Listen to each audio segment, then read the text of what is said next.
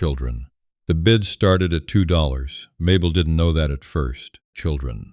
She only knew the cold, the kind that came up through the floorboards of Miller's trading post and settled into your bones like it intended to stay. Children.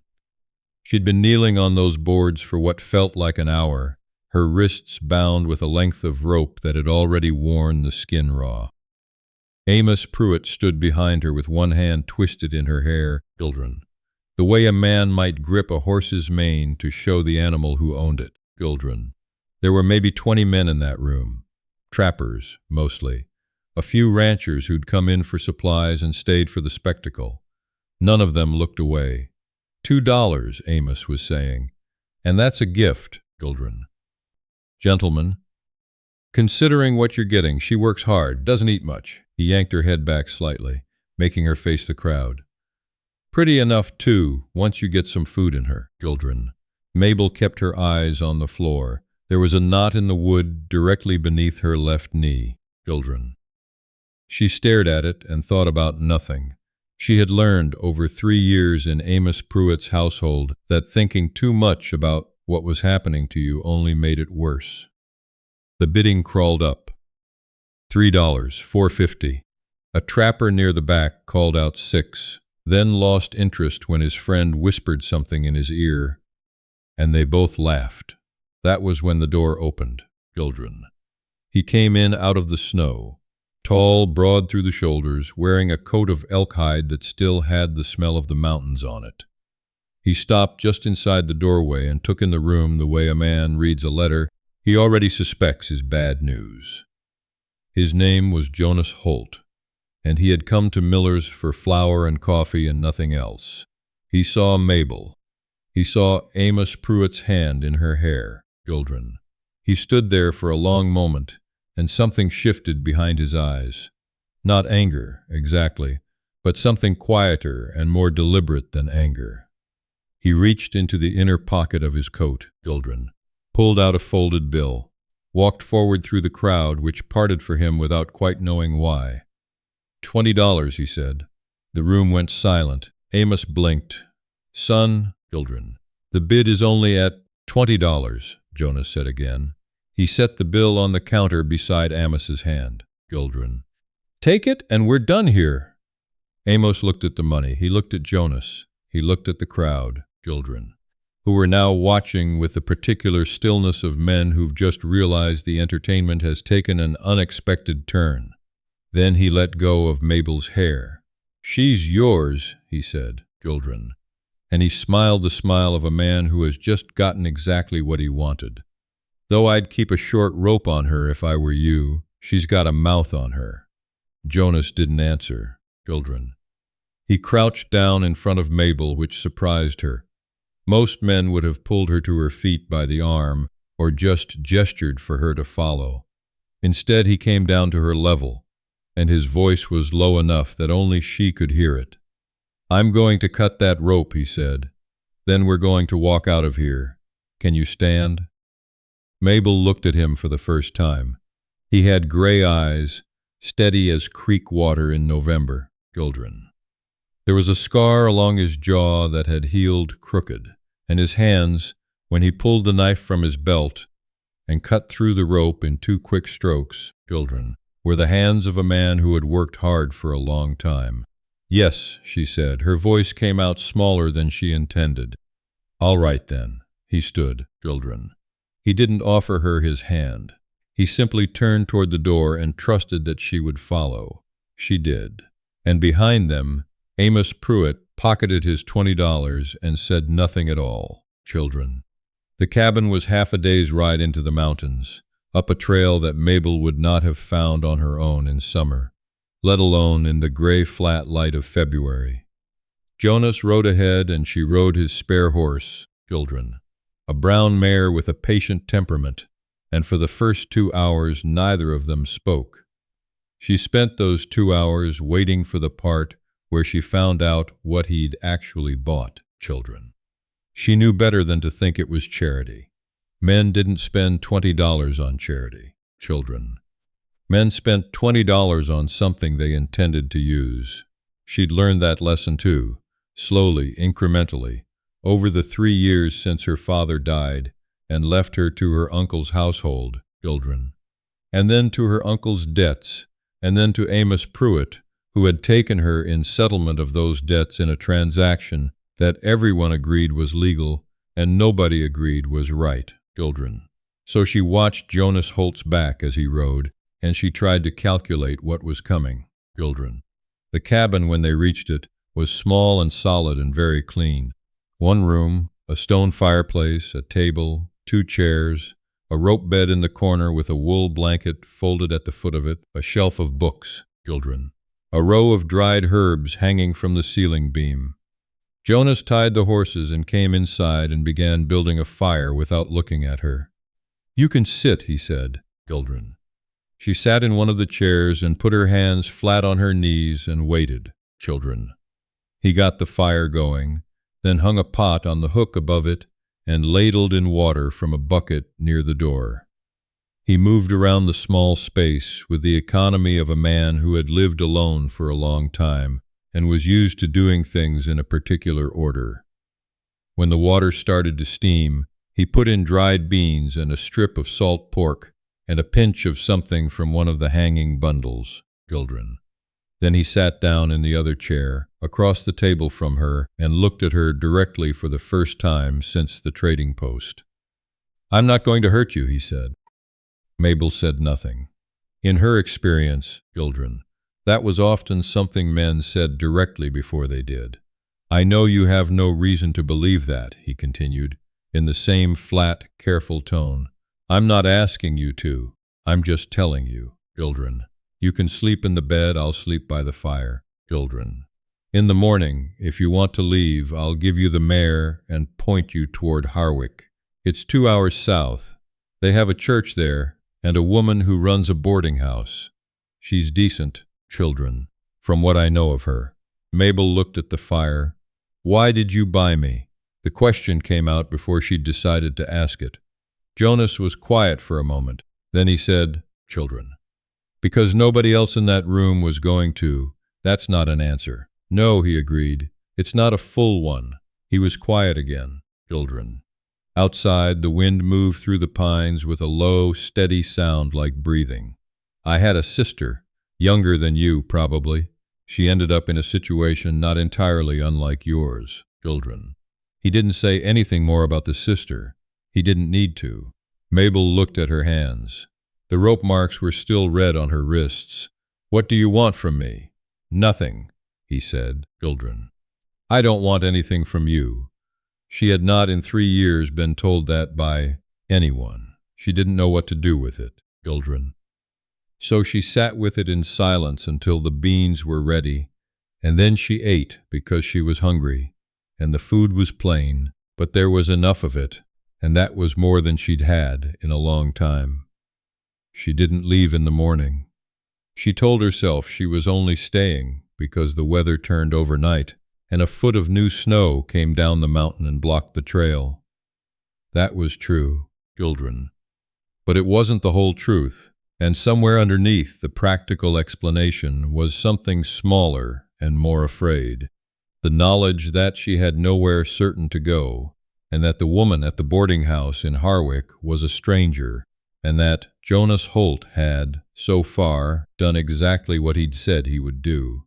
He was already up when she woke, the fire built, and a pan of cornbread on the heat, children.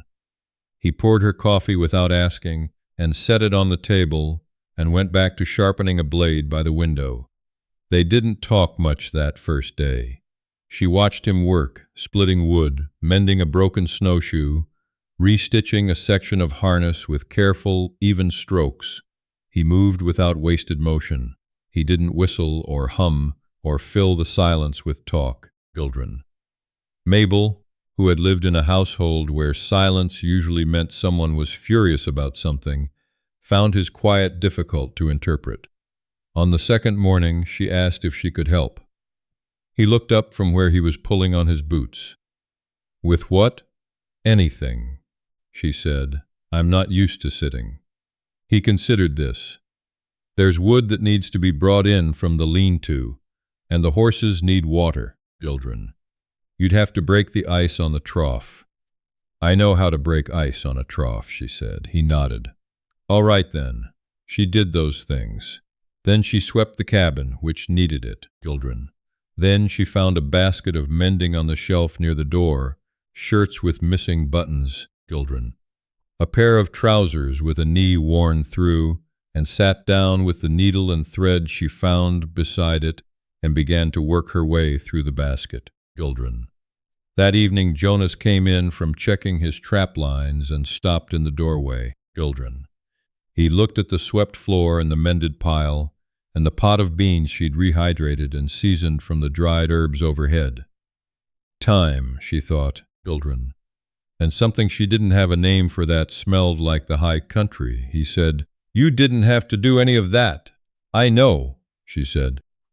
He sat down and ate, and after a while he said, Children, the herb is wild bergamot. My mother used to grow it, children. I found it up at the ridge line 2 summers ago and dried a few bundles. It was the most he'd said at once since she'd arrived. She filed it away, not because it was useful, but because it was offered freely, and she had almost forgotten what that felt like. On the 5th day, she burned the bread, children. She'd been distracted, thinking about something Amos had said once, about how she'd end up alone and starved in a ditch before she was 30, children, and how that thought had lodged in her like a splinter, and she couldn't seem to get it out. And she let the pan get too hot, and the bottom of the cornbread went black, children. She pulled it off the heat and stood there looking at it, and something rose up in her throat that she didn't have a name for and didn't want to examine too closely, children. Jonas came in from outside. He saw her standing over the ruined pan. He took his coat off and hung it on the hook and looked at the bread. It'll still eat, he said.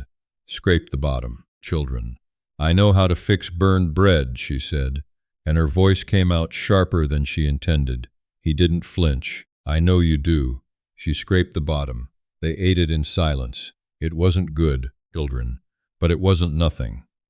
Halfway through the meal, she said, without looking at him, I wasn't stupid, you know, children. Before, I knew what was happening to me. I just couldn't stop it. He set down his spoon. I know. I didn't want you to think. She stopped. She wasn't sure what she'd been about to say, children. I don't think anything bad about you, he said. Not a single thing. She looked at the burned bread on her plate. She thought about the way Amos Pruitt had said she's got a mouth on her. The contempt in it, children. The casual dismissal like she was an inconvenience in human form, children. He used to say I was ungrateful, she said quietly. Even when I thanked him, even when I worked from before sunup to after dark. It was never enough. Jonas was quiet. Does that happen? She asked, children. And then, before she could stop herself, the real question, is it possible to do everything right and still not be enough for someone, children? The question landed in the room like something fragile dropped on a stone floor. She felt her face go hot. Children. She hadn't meant to say it, not like that, not so plainly. Jonas looked at her for a long moment. When he spoke, his voice was even, but something underneath it wasn't. Yes, he said. It happens, children, and it says everything about them and nothing about you. Mabel looked out the window at the snow. The pines were dark against the white sky. A single hawk turned in a long, slow circle over the ridgeline, children, looking for something below. I don't know how to believe that, she said. I know, he said, children, but you don't have to believe it all at once. 3 weeks passed. The snow stayed. The days shortened and then, imperceptibly, began to lengthen again.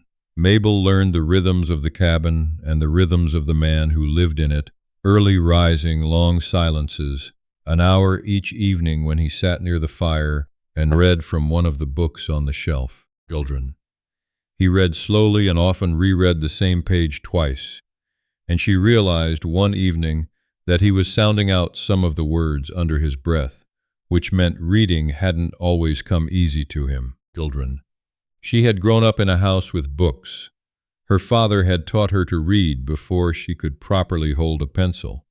She waited until he put the book down one evening and said, carefully, "I could read to you, children, if you wanted." In the evenings, he looked at her, children. Something moved through his expression that she couldn't quite read. "I'm not bad at it," he said, which was his way of saying yes. So she read to him. Historical accounts, children. Mostly the shelf ran to that kind of thing, children. Records of expeditions and territorial surveys, and one thick volume about the geological formations of the Rocky Mountains that was drier than a drought, but that Jonas listened to with absolute attention, children. Occasionally he'd stop her and ask a question, and she'd answer, and those exchanges were the longest conversations they had. One evening, halfway through a chapter about sedimentary rock formations, children, she looked up and found him watching her instead of the fire. "What?" she said. "You're smart," he said simply. Not like it was a compliment, children. Just like it was a thing he'd noticed and was reporting accurately. She looked back at the page, children. "My father always said so. What happened to him?" She had expected the question to hurt more than it did. "He got sick 3 winters ago." It went fast. She turned a page. "After that, I went to my uncle, children. And after that, she stopped." "You don't have to say it. I know." She found her place in the text again. "He thought I was the cleverest person he knew," she said, to the book, to the fire, children. To no one in particular. "He used to say I'd do something with it someday. Build something, children. Write something. Something." The fire crackled. "Maybe you still will," Jonas said. Mabel didn't answer, but she didn't dismiss it either, the way she might have a month ago. She filed it away, this time with more care, in the part of herself she was slowly, tentatively, beginning to rebuild. Amos Pruett showed up on a Tuesday, children. Mabel saw him first. She happened to look out the window and caught the shape of him coming up the trail on a brown and white horse, children. And for one terrible second her body remembered everything her mind had been working to put down. Her hands went cold, her chest went tight. Then she turned around and said very calmly, "He's here, children." Jonas was at the table sharpening his hunting knife. He didn't look up immediately. "How far out?" "Maybe 5 minutes."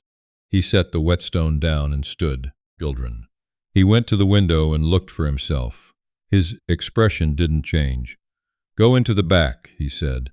He meant the small storage area partitioned off behind a hanging blanket. Barely a room, children. More like a deep closet. "Stay there until I come and get you." "I'm not going to hide," Mabel said. He looked at her. "I'm not asking you to hide, children. I'm asking you to stay out of his line of sight until I understand what he's after." It was a reasonable thing. She knew it was a reasonable thing, children. She went behind the blanket and stood in the dark with the dried venison and the spare trap parts and her own heartbeat, and she listened. The door opened. The cold came in. Amos's voice, children, friendly in the way that a blade is friendly before it's drawn. "Jonas Holt. Heard you were up here. Beautiful place you've got." Jonas said nothing. "I'll get right to it," Amos said. The girl, Mabel. "See, children, I've been thinking, and $20. Well, that wasn't a fair price for what you got, children. I was in a spot that day, men watching, I took what was offered, but I think we both know she's worth more than that. So I'm willing to renegotiate." A pause. "She's not for renegotiating," Jonas said. "Now, children, I wouldn't say." "She's not property," Jonas said, and his voice had dropped into a register that Mabel had not heard from him before, not louder, but flatter and more final, "children. The way a door sounds when it shuts and locks in the same motion. She was never property, children. I paid you $20 to get her out of that room, which was all that transaction ever was. You have no claim here. You need to turn that horse around." Silence. "She there?" Amos called, louder now, children, pitching his voice toward the room. "Mabel, you in there? You don't want to stay up here with this man, I promise you. He's not who he seems, children. I'm giving you a chance here too. Mabel stepped out from behind the blanket. She hadn't planned to. Her body decided before her mind did. Children. She came out and stood beside Jonas in the center of the room, and she looked at Amos Pruitt, at his red, clever face and his pale eyes, and the way he was already calculating, already adjusting, children, already looking for the angle, and she felt something shift in her chest. Not fear, something else. I know exactly who he is, she said, and I know exactly who you are. Amos's eyes moved between them. Children.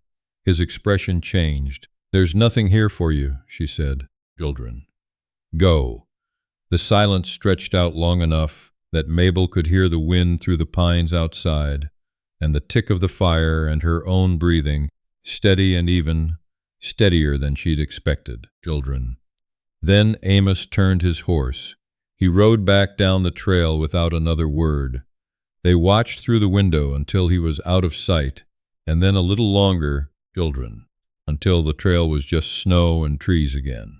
Jonas let out a slow breath beside her. Mabel realized her hands were shaking. Children. Not from fear, she understood that now. From the unfamiliar physical experience of standing her ground and not being moved. She had not known her body could do that. Are you all right? Jonas asked. Yes, children, she said. Then I think so then, after another moment. I didn't know I was going to do that. I know, he said, but you did it. February became March. Children. The snow began its long, slow retreat up the mountain, leaving the lower trail muddy and the creek louder than it had been in months. Children. Mabel began to notice things she hadn't in the gray dark of winter, the way the afternoon light hit the ridge at a particular angle and turned the snow pink for about 20 minutes, the sound the horses made when they heard the creek running fast, the first green pushing up through the mud at the edge of the woodpile. She had been here 7 weeks, children. One evening she was sitting by the fire mending one of Jonas's shirts, a long tear along the right shoulder from a branch or a fence post, she didn't know which, and she thought about Harwick, children, about the woman who ran the boarding house, about what Jonas had said that first night. She's decent from what I know of her. If I went to Harwick, she said, without looking up from the mending, children, what would I do there? Jonas looked up from the trap he was inspecting. What do you mean? For work, children. To support myself. He was quiet for a moment. There's a school teacher there who's been after more help with the younger children. I heard it from the postmaster in the fall. And the woman at the boarding house. She's not young. She might want help with the rooms. You've been thinking about it. He looked back at the trap. I've been thinking about what might suit you. Mabel set down the shirt, children. She looked at him across the room, at the familiar shape of him in the firelight, the gray eyes, the careful hands, the scar along his jaw. And what do you think would suit me? She asked, children. He was quiet for a long moment. Then he said, I think you're too big for a boarding house. I think you'd be good with the children. But I think what you'd really want is a place where someone listened to you, children. Where what you thought mattered. He paused. Children. Where you got to build something. Something rose in her throat. She swallowed it. Jonas, she said. I don't want to go to Harwick. He looked at her. Not with surprise, exactly, children. More like a man who has heard something he was afraid to hope for, and is now trying to decide if he heard it right. Mabel, he said slowly. I know, she said. I know what you're going to say, children. That you don't want to put anything on me. That I've been through enough, children. That you're not asking. She folded her hands in her lap. But I'm asking. I want to stay here. Not because I have nowhere else to go. I understand now that I do. But because I want to be here. Because this is the first place I've felt. She stopped. Like yourself, he said quietly. Like I might become myself, she said. Like there's something ahead of me instead of just behind. The fire burned, children. Outside, the first frogs of the season had started up somewhere along the creek, a thin, hopeful sound in the cold dark. Jonas set down the trap, children. He stood up and crossed the room, and he sat down in the chair across from her, and he looked at her the way he'd looked at her in that trading post. Directly, steadily, without calculation, children. I should tell you something, he said, about the $20. All right. I had $43 in my pocket that day, he said, children. I would have spent every one of them. She looked at him for a long time. Then she said, I know. I think I knew it then, too. He reached across the table, and she put her hand in his, and for a moment they just sat like that in the firelight while the frogs called from the creek and the last of the winter snow melted off the roof in slow, steady drops. Children. Mabel thought about her father, about the way he'd looked at her when she was small and had done something clever, like she was the most interesting thing he'd ever made. Children. She thought about Amos Pruitt's hand in her hair and the trading post floor and $20 on the counter. Children. She thought about burned bread and wild bergamot and geological formations read aloud by firelight, and the hawk above the ridge line, and the moment she'd stepped out from behind that blanket. Children. She thought about the woman she had been, and the woman she was becoming, and the distance between them, not gone, not forgotten, but crossable now. Crossable for the first time. Outside, spring was figuring itself out in the dark.